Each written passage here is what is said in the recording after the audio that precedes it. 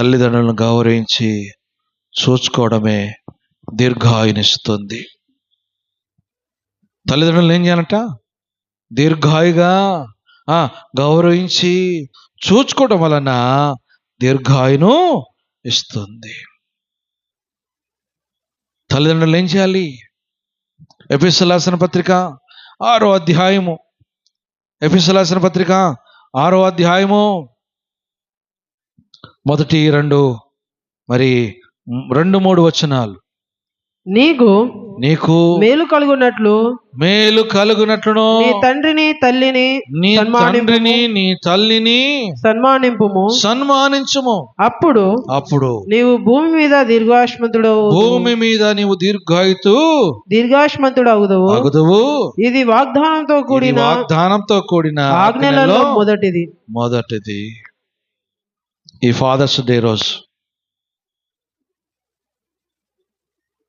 7వ పాయింట్, నీకు గౌరవంగా నడవగలుగుతున్నావా? మర్యాదగా కలిగి ఉంటున్నావా? తగ్గించుకొని కలిగి ఉన్నావా?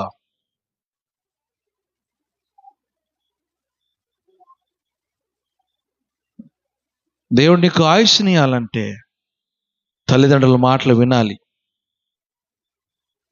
తల్లి మాట త్రోసివేయద్దు. తండ్రి మాటకు లోబడాలి. లోబడినప్పుడు నీ ఆయుష్ను దేవుడు ఇస్తాడు. చాలాసార్లు అయ్యా ఎక్కడ లోబడతలేడు, ఎక్కడ లోబడుతున్నాడని మీరు అనుకోవచ్చు. అమ్మా నువ్వెందుకు ముందుకు వెళ్ళు మందిరానికి, నేను వస్తాను అని చెప్పి రాలేదనుకో, ఏమవుతుంది? అమ్మా ఆయుష్ తను తక్కువ చేసుకుంటున్నాడు.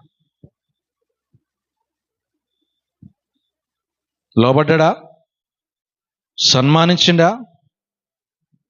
నీ మాటకు విలువిచ్చాడా?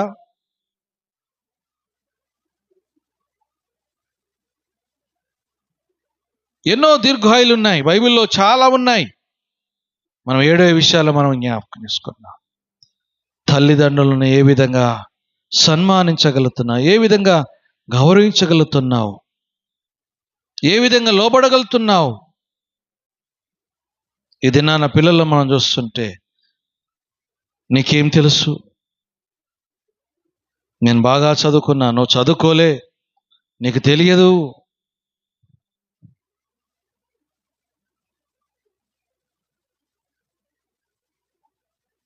బైబిల్ చెప్తుంది ఆజ్ఞలో మొదటి ఆజ్ఞ తల్లిదండ్రులను ఏం చేయాలి? సన్మానించాలి. నిలుపము, అప్పుడు భూమి మీద నీవు దీర్ఘాయుష్యుడవుతావు అని దేవుని వాక్యంలో సెలవిస్తున్నది. ఇది ఆజ్ఞల్లో మరి నిర్గమకాండ 20 అధ్యాయంలో మనం చూస్తాం. 10 ఆజ్ఞలో ఒక ఆజ్ఞ దేవుని బిడ్డలమైన మన జీవితాల్లో మనం చూస్తున్నాం.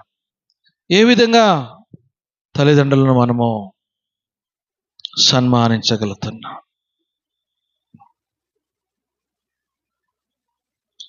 మనకు ఆయుష్ పొందాలంటే 7 విషయాలు. మొదటి విషయం ఏంటి తెలుసా? దేవుని దయ దీర్ఘాయునిస్తుంది. రెండవది, ఇదిగో దేవుని వాక్యాన్ని దీర్ఘాయునిస్తుంది. మూడవది, దేవుని మార్గంలో నడుచుట వలన దీర్ఘాయునిస్తుంది. నాలుగవది, ప్రార్థన దీర్ఘాయునిస్తుంది. ఐదవది, యెహోవా యందు భయభక్తులు కలిగినట్లుగా అది దీర్ఘాయునిస్తుంది. యథార్థమైనది, న్యాయమైనది దీర్ఘాయును ఇస్తుంది.